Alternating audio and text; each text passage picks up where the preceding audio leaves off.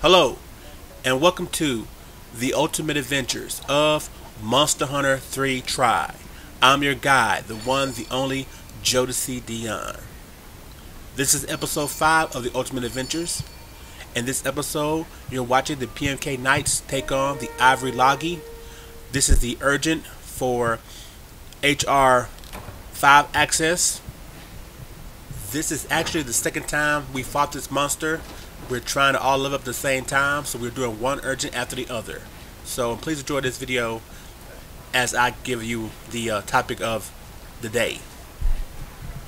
Last time I spoke to you guys, I was talking about chemistry, game chemistry, Monster Hunter game chemistry. What I like about it, why it's important to play with a team, play with people you respect, play with people you like. How that can influence the amount of fun, the amount of entertainment, the overall experience you have with this game.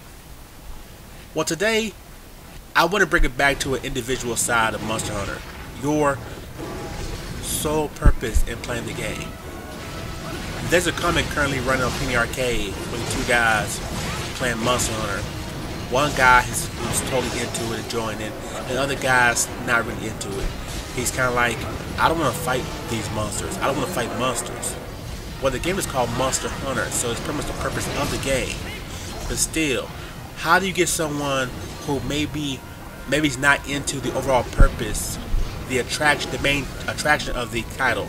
How do you get them into it?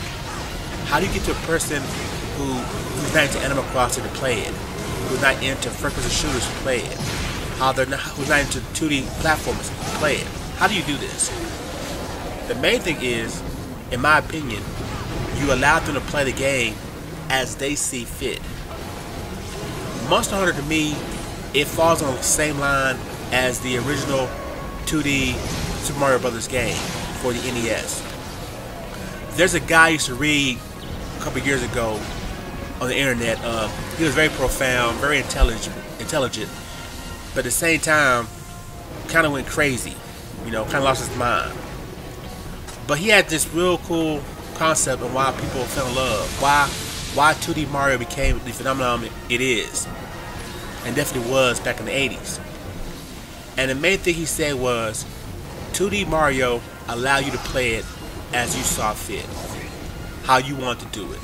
That was the main attraction of the game. Yes, the universe, the characters, all that was there. But the basic game was just moving the character from point A to point B, going right, as we say. The attraction of going right was the many possibilities of going right. Create a game within the game. For instance, you could do a speed run through a level of Super Mario Brothers. Run carefree, careless through a whole stage. You could go through and collect all the coins. You could go through, kill all the enemies. You could go through and use every power-up you came across to its best of its abilities. Either way, however you want to do it, you could do it. And it's up to you. Monster Hunter is that same kind of game.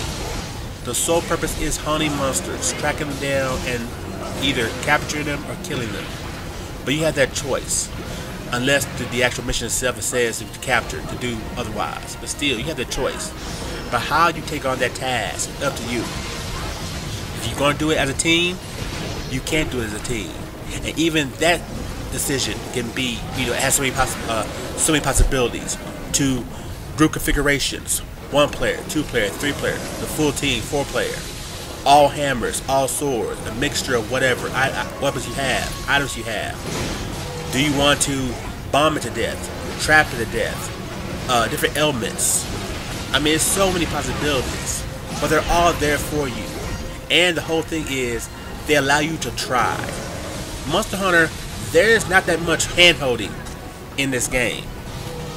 The game has a real old school NES 2D era, golden era gameplay where you play the game and you learn how to play it as you're playing it.